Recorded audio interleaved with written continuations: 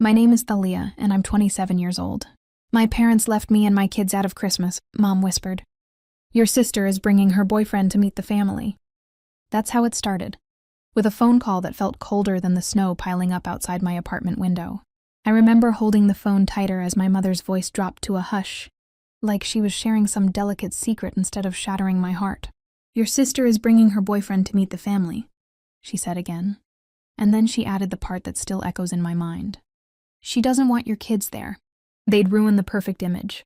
For a second, I thought I misheard her. My parents didn't invite me and my kids to Christmas. The words felt unreal, like they belonged to someone else's life. I swallowed the lump in my throat and forced myself to sound calm. I understand, I said and hung up.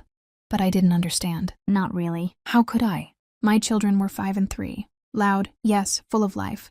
Absolutely, but ruin a perfect image. Since when did Christmas become about image instead of family? I sat there in silence after the call, staring at the half-decorated tree in the corner of our small living room. I had been waiting for the official invite before telling my kids when we'd visit Grandma and Grandpa. I kept imagining their little faces lighting up at the thought of cookies, presents, and cousins. Instead, I had to tell them we'd be staying home. I told them we'd have our own special Christmas, just the 3 of us. And they cheered because they didn't know any better. That innocence broke me even more. The next morning, I tried to focus on making our holiday beautiful. I baked sugar cookies shaped like stars and let the kids cover them in too many sprinkles. I wrapped the few presents I could afford and placed them under the tree. I kept reminding myself that peace was better than drama, that maybe this distance was a blessing.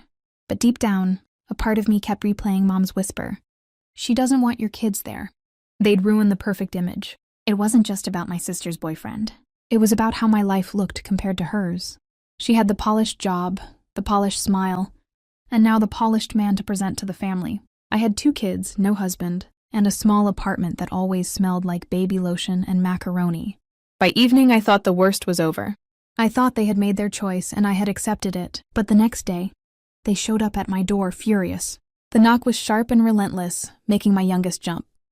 When I opened the door, my parents stood there, red-faced and tense. The moment they saw me, something shifted in their expressions. Shock, confusion, maybe even embarrassment. I realized they must have expected me to be crying, begging, or angry. Instead, I was calm. My kids were on the floor behind me, giggling over a puzzle. The apartment glowed with soft Christmas lights, warm and peaceful. How could you tell your aunt you weren't coming because you weren't invited? My father demanded. I blinked. So that was it. The truth had slipped out. Apparently, my aunt had called to ask what dish I was bringing, and I had simply told her we weren't invited this year. No drama, just facts. My mother stepped closer and lowered her voice again, as if whispers could still control the narrative. You made us look bad, she said. I almost laughed at the irony. Made them look bad? I thought about the words from the call. They'd ruin the perfect image. That was the real fear, wasn't it? Not chaos, not noise, just the disruption of a carefully crafted picture. My sister wanted a flawless introduction of her boyfriend, and my kids didn't fit into that glossy scene. As we stood there, my brother's girlfriend, who had come along quietly and stayed near the stairs, finally spoke up. My brother's girlfriend said, "It's Christmas. Aren't kids supposed to be the best part?" The silence that followed was thick and uncomfortable. No one had expected her to challenge the script. I saw my mother's lips press into a thin line, my father's shoulders stiffen. And in that moment, something inside me changed. I wasn't the excluded daughter anymore. I wasn't the embarrassment they had to manage. I was a mother protecting her children from being treated like inconveniences. I straightened my back and looked at them without fear. If they wanted perfection, they could keep it. What I had inside this small apartment wasn't perfect, but it was real, warm, and filled with love. And for the first time, I realized that maybe being left out was the greatest gift they could have given me. The silence after my brother's girlfriend said, "It's Christmas. Aren't kids supposed to be the best part?" felt heavier than any argument. My parents didn't answer her. They couldn't, because deep down they knew she was right. But pride is a powerful thing. My mother cleared her throat and tried to regain control of the situation. "That's not what this is about," she insisted. But her voice no longer carried authority. It carried defensiveness. My father avoided my eyes, scanning my apartment instead. The tiny couch, the second-hand dining table, the handmade ornaments hanging on our tree. I could almost see him measuring, Everything against the polished version of Christmas happening at their house. I stepped aside slightly, not to invite them in, but to show them what they were missing. My kids were laughing, completely unaware of the tension at the door. The smell of cinnamon cookies still lingered in the air. "You said they'd ruin the perfect image," I reminded my mother quietly. I didn't raise my voice. I didn't need to. The truth was sharp enough. Her cheeks flushed. "You took that the wrong way," she whispered again. Like lowering her tone would soften the cruelty of her words. But there was no misunderstanding. My parents left me and my kids out of Christmas. That wasn't an accident, it was a decision. My sister wanted her boyfriend to see a tidy, successful family portrait, no complications. No reminders that life doesn't always follow a straight, glamorous path. And apparently I was the complication. My brother's girlfriend shifted uncomfortably before speaking again. "If he can't handle kids at Christmas, maybe he's not the right guy," she said gently. That sentence hit harder than anything I could have said. My father finally looked at me. "We didn't think you'd tell anyone," he muttered. There it was. Not an apology, not regret, just frustration that their choice had been exposed. I felt something inside me settle, like a storm finally calming. For years, I had tried to earn their approval. Through good grades, through helping with bills when I could, through showing up even when I felt invisible. But standing there, watching them worry about appearances more than their own grandchildren, I understood something clearly. Their version of love came with conditions. Mine didn't. "I didn't tell anyone to embarrass you," I said steadily. "I told the truth because my kids deserve honesty. They deserve to know they're never too much, never inconvenient, never a stain on someone's perfect picture." My mother's eyes flickered toward the living room, where my children were now whispering to each other, probably wondering why Grandma and Grandpa weren't coming in. For a brief second, I thought I saw doubt cross her face. But pride won again. "We just wanted one peaceful evening," she said. Peaceful, as if children's laughter was chaos, as if love was noise. I nodded slowly. "Then you should go have it." The words surprised even me with how calm they sounded. I wasn't angry anymore. I was done. My father hesitated. "So that's it?" he asked. "You're choosing this over family?" I almost smiled at the irony. "No," I replied softly. "I'm choosing my family." That was the difference. They saw Christmas as a performance. I saw it as belonging. And my children belonged exactly where they were celebrated, not tolerated. My brother's girlfriend gave me a small, supportive smile before following my parents down the stairs. They left without another word. I closed the door gently, leaning against it for a moment as the quiet returned. My oldest walked up to me, tilting her head. "Was that Grandma?" she asked. I knelt down and brushed her hair back. "Yes," I said. "But we're having our own special Christmas, remember?" She grinned. The best one. And she was right. That night, as we sat on the floor opening presents, surrounded by crumbs and crumpled wrapping paper, I felt something I hadn't felt in years. Freedom. No judgment, no comparison, no whispers about ruining images, just joy. Real, messy, beautiful joy. Later, my phone buzzed. A single message from my mother. "We'll talk after the holidays." I looked at it for a long moment before setting the phone face down. Maybe we would talk, maybe we wouldn't, but the conversation would be different now, because I finally understood my worth. Christmas wasn't about impressing a boyfriend or curating a flawless snapshot. It was about love that doesn't exclude. And if someone has to shrink to fit your version of perfect, then it was never love to begin with. My name is Sierra, and I am 24 years old. After my father's funeral, while the scent of lilies still clung to my black dress and the last condolences echoed in my ears, my stepmother drove me to a remote road just outside town, the kind of empty stretch where the wind moves, dust like restless spirits, and no one asks questions. She didn't speak during the drive, her manicured fingers tight around the steering wheel, her diamond bracelet catching the fading sunlight like a quiet celebration. I remember staring at the passing fields, numb from grief, believing we were heading home to face the silence together. Instead, she slowed the car, stopped beside a crooked wooden sign, and turned to me with a smile so cold it burned. "This is where you get off. The house and business are mine now." For a second, I thought I had misheard her, that grief had twisted my senses. But she leaned across me, opened the passenger door, and repeated it slower, sharper, making sure every word cut deep. I stepped out because shock has a strange way of making obedience feel automatic. My shoes sank slightly into the gravel. I stood in the dust clutching my bag as she drove away without looking back. No phone, no money, And that's when I realized I wasn't alone. I was free, but she had no idea what my father had left me before he died. The wind whipped my hair across my face as her car disappeared beyond the bend, and the reality of what she had done settled over me like the darkening sky. She thought she had erased me. In her mind, I was the inconvenient daughter from a first marriage, the quiet girl who helped in the office but never argued, never demanded, never fought back. She had always underestimated silence. At the funeral, she cried the loudest, held people the longest, accepted sympathy like it was applause. Everyone believed she was the grieving widow. No one saw how quickly she had changed the locks. The night my father was admitted to the hospital, no one noticed how she insisted on handling the paperwork alone. But I had noticed. I notice everything. A truck roared past on the distant highway, snapping me back to the present.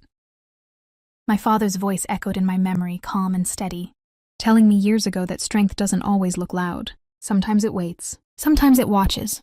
The day before he passed, when machines beeped steadily around his hospital bed, he squeezed my hand with surprising force and told me to trust him.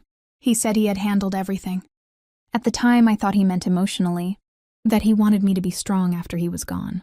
Standing there on that empty road, abandoned and humiliated, I finally understood there had been more behind his eyes.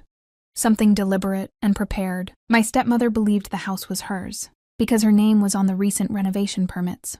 She believed the business was hers, because she had been managing the accounts for the past year. She believed I was powerless because she had taken my phone from my purse before we left the cemetery, claiming she needed to make calls. What she didn't know was that my father had taught me the business from the ground up since I was 16. I knew every supplier, every client, every weakness in our competitors. I knew which contracts were about to renew and which partnerships depended on personal loyalty rather than signatures. As twilight deepened, I felt the first spark of something stronger than grief. Clarity. She had chosen a remote road because she wanted me isolated, afraid, dependent. Instead, she had given me distance from her performance, from the suffocating walls of that house that no longer felt like home. The dust settled around my feet, and with it, my fear. I adjusted the strap of my bag on my shoulder and began walking toward the highway, each step steady despite the ache in my chest. She thought abandonment would break me. She thought claiming the house and business would secure her victory. But my father had never been careless, especially not with me. The sky above turned a deep violet, and I felt something unexpected rising inside me, not despair but anticipation. She believed she had left me with nothing on a forgotten road. What she had really done was set the stage for the biggest mistake of her life. The sky had turned almost black by the time I reached the highway. But I wasn't shaking anymore. I wasn't crying. I was thinking. After my father's funeral, my stepmother drove me to a remote road and said, "This is where you get off. The house and business are mine now." She believed that sentence ended my story. She didn't realize it was only the beginning. A passing driver eventually slowed when he saw me walking alone in funeral black. I told him my car had broken down near town. He offered me a ride to the nearest gas station. I thanked him, memorizing his license plate out of habit. Another lesson my father had drilled into me: always stay aware. At the station, I didn't call my stepmother. I didn't call a friend. I walked straight to the small ATM mounted beside the soda machine. I entered a sequence of numbers that had been etched into my memory since childhood. The screen blinked once, then displayed a balance that made the cashier glance up at me twice. My father hadn't just handled everything. He had transferred the controlling shares of the company into a trust under my name 6 months ago. Not hers, mine. The business she thought she owned, legally, strategically, and financially, it answered to me. The house she claimed, it had been refinanced under the company as a corporate asset tied to executive authority. Executive authority that, as of 48 hours ago, belonged solely to me. My father had known exactly who he married. He had known her appetite for control, and he had prepared quietly. I withdrew enough cash to get through the night, and called the one person she would never suspect, Mr. Alvarez, our senior legal advisor who had worked with my father for 22 years. He answered on the second ring, as if he had been expecting me. When I told him what she had done, there was no surprise in his voice. Only a calm confirmation. It's time. The next morning, while she was probably redecorating the living room and rehearsing her role as grieving owner, I was sitting in a downtown office reviewing documents with 3 attorneys. The trust was airtight, the shares were irreversible, and there was one more detail my father had kept from everyone except me. A clause requiring a formal board, meeting within 72 hours of his death to confirm leadership succession. She had been too busy throwing me away to notice the clock ticking. By noon, official notices had been delivered to the company headquarters, signed by me. At 3 p.m, I walked into the building she believed she controlled. Conversations stopped. Employees stared. Not because I looked broken, but because I looked certain. She stepped out of my father's office when she heard the silence shift. For a split second, confusion crossed her face. Then anger. "What are you doing here?" she demanded. I met her eyes calmly, taking my seat. The board members were already assembled in the conference room. Mr. Alvarez began the meeting with quiet precision. Documents were placed in front of her one by one. Share distribution, trust activation, executive transfer of power. Her name appeared nowhere that mattered. The color drained from her face as realization replaced arrogance. "That's impossible," she whispered. But it wasn't. Within 40 minutes, the vote was formal and unanimous. I was appointed CEO, effective immediately. Her managerial access was revoked. Her company cards were deactivated before she even left the building. Security escorted her to collect her personal belongings, the same security team she had once instructed to monitor me. As she passed me in the hallway, she tried one last time. "You think you've won?" she hissed. I looked at her, steady and unshaken. "No, my father did." That evening, I returned to the house she had claimed as hers.